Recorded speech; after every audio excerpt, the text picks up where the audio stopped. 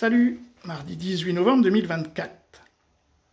Bon là, ils vont nous expliquer, elle a contacté Xavier Titelman qui nous a expliqué pourquoi Poutine ne peut plus voyager, les problèmes de ravitaillement et tout ça. Bon, donc, avant d'écouter leur délire, c'est du délire, hein, on va surtout pouvoir aussi régler un autre problème que sont les planisphères. Surtout ce planisphère-là, par exemple. Parce que depuis, ça a été un petit peu, quand on s'intéresse à la géographie, ça a été un petit peu remodelé. Alors, là, ils veulent nous expliquer que Poutine ne peut pas faire un vol Moscou-Rio parce que, après, vous écouterez les explications. Bon, moi, mon souci, je regarde la carte, vous savez que j'aime bien la géographie et l'histoire, et je me dis, bah voilà, dès le départ, vous voyez, moi, si je suis prof d'histoire-géographie, quelqu'un me présente la carte comme ça, zéro. Zéro, pourquoi? Donc, j'ai fait quelques petites recherches pour affiner mon propos. Hein. C'est que l'Afrique fait 30 millions de kilomètres carrés, et que le Groenland fait 2 millions de kilomètres carrés. Et il n'est pas incomplet, là. Il y a un peu plus encore, mais mettons 2 millions de kilomètres carrés. Or, quand on s'éloigne, on regarde la carte, et on voit que pratiquement 2 Groenland et demi rentrent en Afrique, ce qui fait que l'Afrique est représentée à l'échelle de cette carte comme si elle faisait 6 millions de kilomètres carrés. L'Afrique fait 30 millions de kilomètres carrés. Alors du coup, pour bien comprendre que tout ce qu'ils racontent derrière, mais c'est du cinéma, hein, c'est Hollywood, hein. Alors c'est parti. L'Afrique, 30 millions de kilomètres carrés. La Russie fait 17 millions de kilomètres carrés. Et le Brésil, lui, fait 9 millions de kilomètres carrés. À un moment donné, on se dit, bon, il va peut-être y avoir quand même... Peut-être que la carte a une échelle. Une échelle.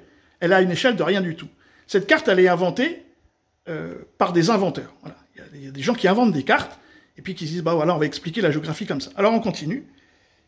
L'Amérique du Nord, sans prendre le Groenland, on va juste prendre l'Amérique du Nord, Amérique centrale, Amérique du Nord, elle ferait 24 millions de kilomètres carrés.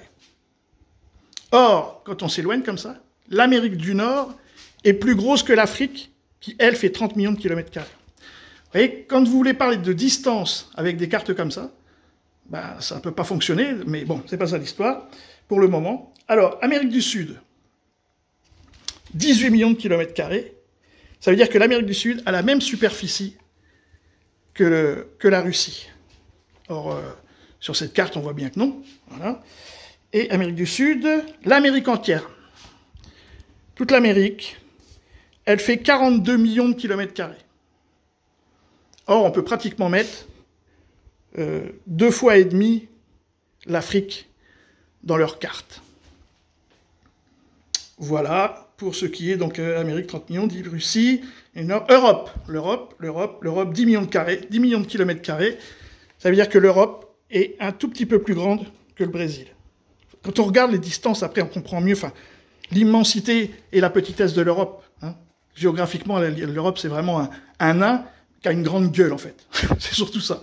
Donc maintenant on va écouter le délire, et voilà, je voulais simplement avant repositionner, donc vous voyez les planisphères comme ça vaut 0, on ne peut pas expliquer les distances, on ne peut rien expliquer du tout, il faut que l'Afrique soit immense et que l'Europe soit beaucoup plus petite, parce que l'Europe, si ça fait 30 millions, l'Europe là, on voit bien que ça fait pas 3 fois la taille, donc l'Europe est surdimensionnée, généralement les pays occidentaux sont toujours surdimensionnés sur les cartes pour minimiser l'importance des pays asiatiques par exemple, arabes ou africains.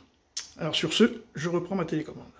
Là maintenant, on va s'écouter le reportage en entier. Xavier Titelman, que vous connaissiez bien, expert aéronautique souvent présent sur nos plateaux, nous avons pris un exemple ensemble, celui d'un vol Moscou-Rio. Pourquoi Rio?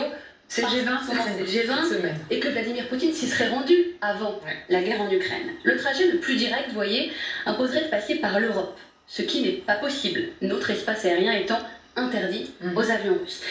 Ouais, alors ça c'est sa supposition, parce que quand on sait que le planisphère qu'on voit, il n'est pas réel, ici, hein, ça s'appelle la Syrie, et à la Syrie, il y a 2 bases russes, il y a le contrôle de la Méditerranée, qui est le port de Tartous, et vous avez l'Attaquié, il y en a une 3e, mais ça c'est encore autre chose, vous avez l'Attaquié qui est la base militaire d'aviation.